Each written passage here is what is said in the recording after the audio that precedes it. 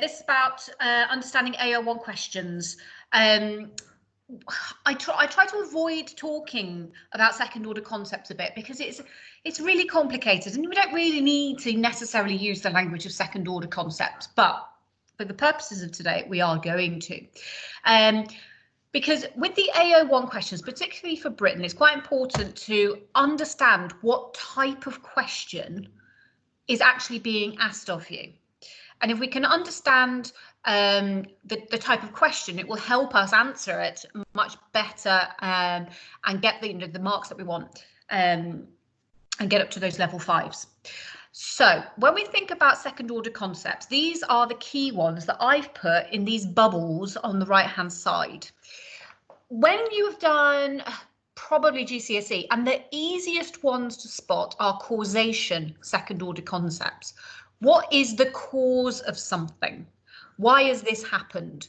And they are the ones that the students tend to like because they tend to be the far straight, they're straightforward, find a range of reasons why something happened. More tricky, consequence. So we think about causation is you're kind of looking back. If you've got an event, say let's just take 1918 Representation of the People Act. Why did that happen? You wouldn't get a question on that, but for the purpose of this, let's just use that. Why did that happen? Consequence is looking after the event. What was the impact of that? The 1918 Representation of the People Act. So you could get one on that, but you wouldn't get one on causation for the Representation of the People Act. The other two, changing continuity, I think is quite a nice one because if it's asking you, about a time frame, it's quite often changing continuity, and we'll have a look at these ones on the left in a moment. What changed and what stayed the same? And significance is a tricky one because you've got to explain how you are evaluating significance. Is it significant in the short term, in the long term? So significance throws up its kind of other issues, as it were. So what I'm going to do, just have a look. I'll give you just a couple of minutes to have a look at those questions. They are all possible Britain AO1 questions that could come up. And can you make a decision which second order concept you think those questions are? Does that make sense? Give me a tick in the chat if that makes sense.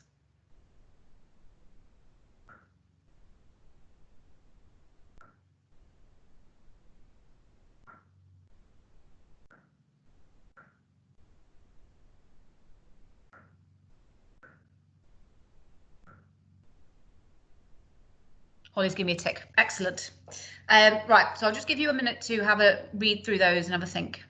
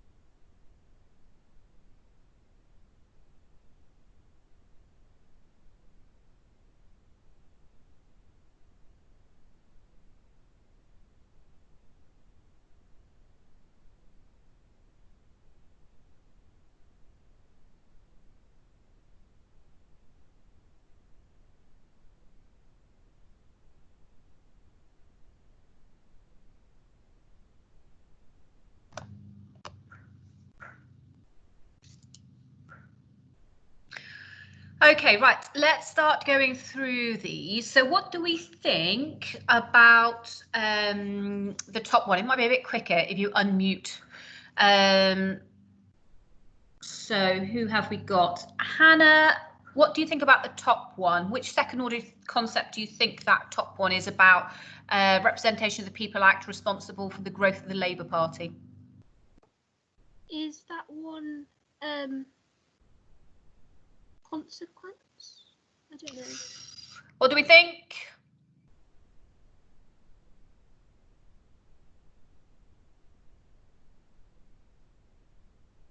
Did you all put consequence?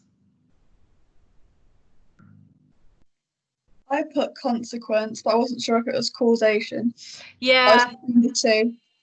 Yeah, and I think you're right. I think there is always between the two, it is always a bit of a kind of murky ground, whether it is a causation one or a consequence one. I would probably plump more for causation on this, because it's asking you why did the Labour Party grow?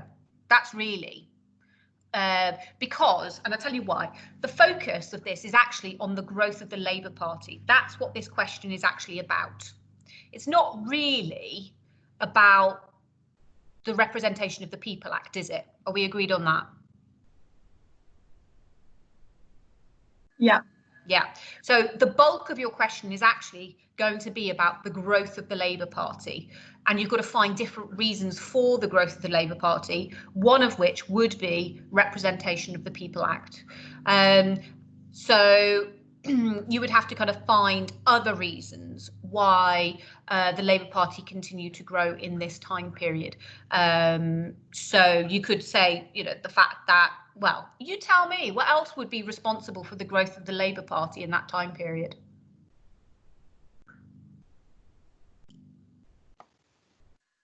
Could you mention about Lloyd George and that cash runner scandal, so the reputation of the Liberals? Yeah, so I just generally, to widen that out to an entire paragraph, you could talk about the decline of the Liberals definitely as a second one.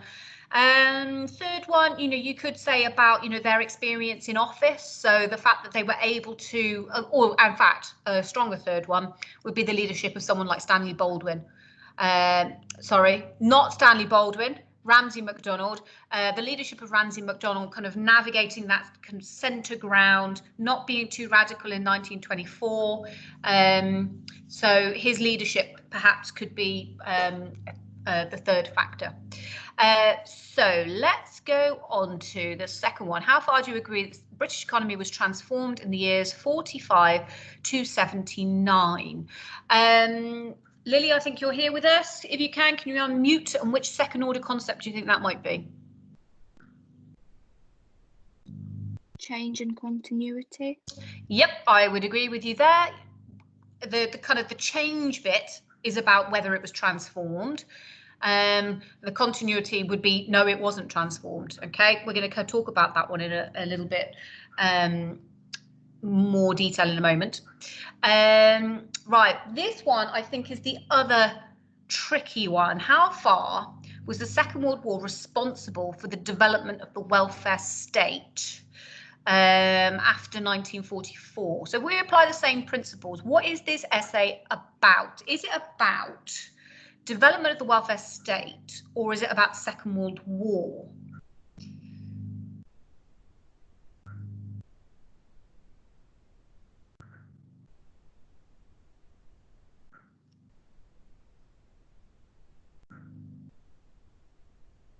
We've got a 50-50 on this one. What do we think?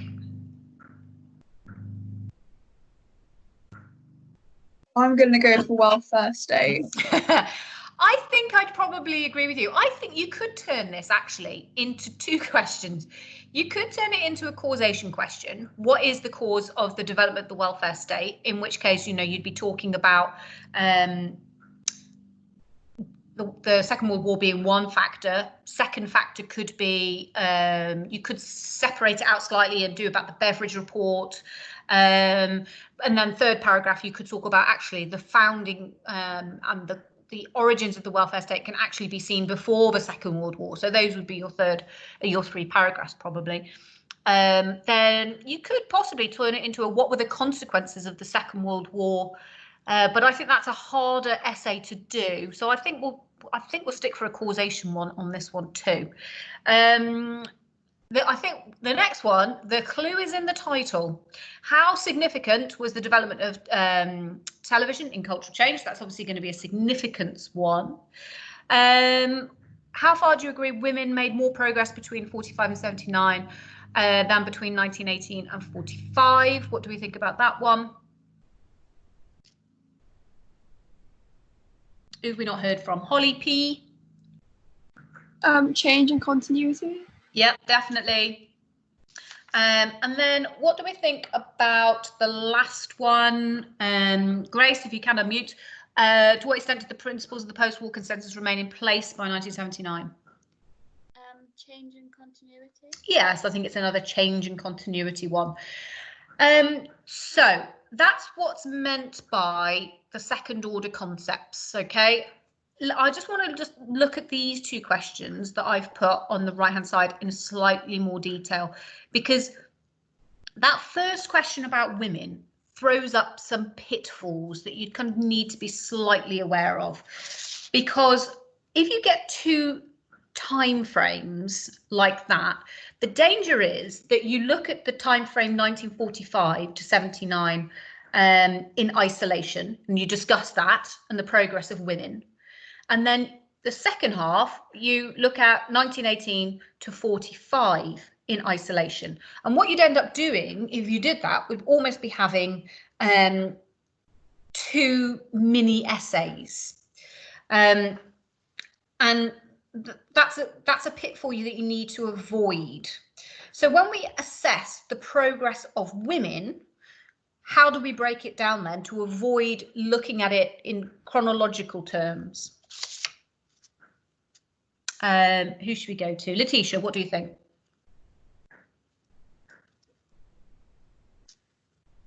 Can you repeat the question, please, Sarah? I'm not quite sure. Yep, sure. When we are trying to assess the progress of women, how can we break it down? So political rights, social, and then economic freedom. Okay, brilliant. So if we break it down like that, it means that we could jump between the two time frames, and it would allow us to create a far more complex argument, because we could say, well, they're making enormous progress, perhaps politically, between 1918 and 45, and because they make so much progress in that time period, they don't need to make as much progress between 1945 and 79. But economically, they make very little progress between 1918 and 45, but because of the political improvements that have been made in the earlier period, it allows them to capitalize that on them, that economically, perhaps in the 45 to 79 period. Okay. The second question we're just going to have a quick talk about is this one about the British economy. There is a word you need to be really careful about in that question. What do we think it might be? Let's go to Hannah J. Transformed. Good. I'm glad that you picked that word up. So when we're looking at AO1 questions, we've got to do a few things then, haven't we? We've got to decide what kind of second order concept it is. And then we've got to look for these value words. And the value word in this one is transformed. So you need to show that you understand and explain to the examiner, how are you evaluating that word transformed? What does that word transformed mean to you? For the economy. So that's our keyword for that one. So with all of these questions, it's about picking up on one of my favorite words, which is nuance. Trying to show deeper levels of analysis because you understand the deeper question, the nuances. So let's just think about that question about women. Yes, we can talk about them socially, politically, economically, but how could we develop that? How could we pick up and perhaps put even greater nuance into it. Thinking about, if you were there yesterday when we were talking about that article, that might help you with this. How can we build in nuance? Holly P, if you don't understand my question, just tell me, but what do you think? Oh, I don't really know. You can like break it down into specific areas. Well, how could we break down women? We've already broken it down socially, politically, economically. Is there another even deeper level of breaking down women? Anyone? Class. Class, yes, thank you. So that's another way of kind of building on the question and building on your answer and saying, well, actually, yeah, we can look at it, the women socially, politically, economically, but we have to bear in mind that women come in many different shapes and forms, and class is an aspect of that. So if we took, and you could even, build in age actually for that, because if we think about it, it's only women over the age of 30 that got the vote initially in 1918. So, and perhaps some of the breakthroughs, like people like Ivy Williams were making, they weren't really breakthroughs that are going to be aiding working class women necessarily. It was going to be women that were already in professions that would have benefited from things like the Sex Disqualification Act. So class is an aspect for women. So we've got gender, we've got class, and also, if we think about that question about the British economy, is there another way we could build in nuance to that question?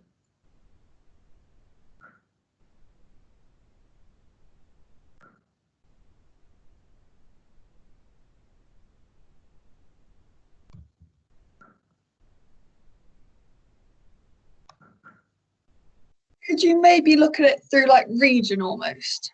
So Yes, definitely. Keep talking. So you've got like the progress of the south, like with the new technology, but then you've still got the quite industrial north and the coal mines that are in decline. So the two different sectors of the industry are doing really differently. Yes, I mean, I think it's less relevant to this question 45 to 79. But definitely, if you had a question about the economy, 1918 to 1945, say, that's how you build in nuance to that one. You've got to think about how the economy is, the improvements or decline in the economy is not, it's not equal across the whole country. It depends whether you're in the industrial areas or whether you're in like the Midlands or the Southeast. You're absolutely right. Okay.